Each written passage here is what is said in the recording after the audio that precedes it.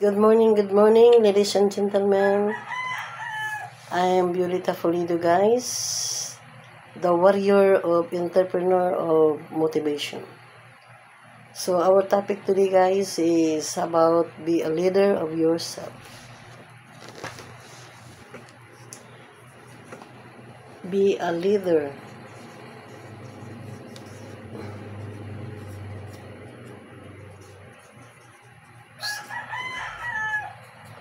So guys, how to become a good leadership, guys? So there are 6 secrets, guys, to become a wise leadership. 6 secrets to become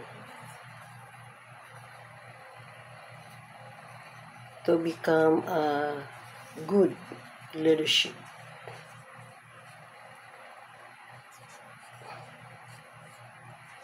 So number 1, guys, is be a leader on yourself. Kedua, guys, be a leader on your family. Katulo, guys, be a good leader of your community.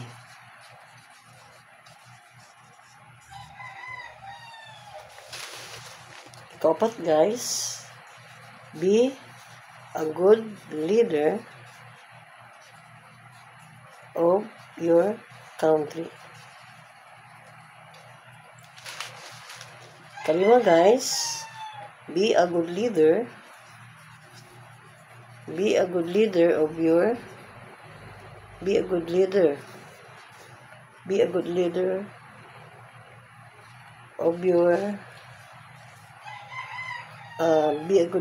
to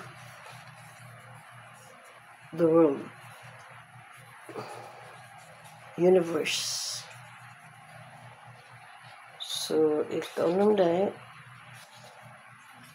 be a good leader as a servant of God. Be a good leader as a servant of God. So ang tema na to, guys, be a leader of yourself. So there are 6 secrets to become a good leadership. Number 1, guys, be a leader on yourself. Be a leader on your family. Be a good leader of your community. Be a good leader of your country. Be a good leader to the world. Be a good leader as a servant of God. So guys, what is the leadership, or what is the leader? So the leader, guys, meaning is to perform of your duty. Iba ang meaning sa servant o sa slaves. Be a servant of all but not slaves. The meaning of slaves, guys, is ownership of a person. Kumbaga mayroon kang kumbaga na-captured ka o nabilanggo ka. That is slaves. But the meaning of the leadership is we are a servant of all. You are a servant of all. Like government. So Senador, serve sila sa people. They serve the people of our country. So likewise, guys. So first, guys, you must be leader on yourself. Paano mo ma-lead ang iyong sarili? be serve yourself first before you serve other. How to serve other? Yun at kung dili ka makaserve sa imong sarili. So first guys, be a leader in yourself first. Like example, guys, how to lead yourself, how to lead yourself to go to the church, how to lead to yourself to go in office like DXN, how to lead your own personal guys sa imong sarili. So ikaduha guys, be a leader in your family.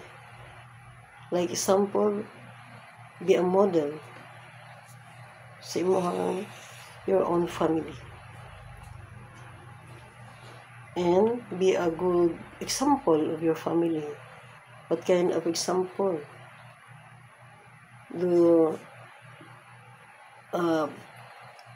Gawin mo ang tama. Be a good leader to your family. Katulog guys, be a good leader of your community. Around sa imong palibot guys. Your own community. Like barangay. So ikaapat guys, be a good leader of your country. Ikalima, be a good leader of the world. Hindi tayo pasaway. So ikaunom guys, be a good leader as a servant of God. That's why God is our example to be a model of a leader. So, daghan kayo o buti pasabot sa leadership guys. How to handle your group, how to handle your team, how to model of your own group, and how to encourage them and how to teach them.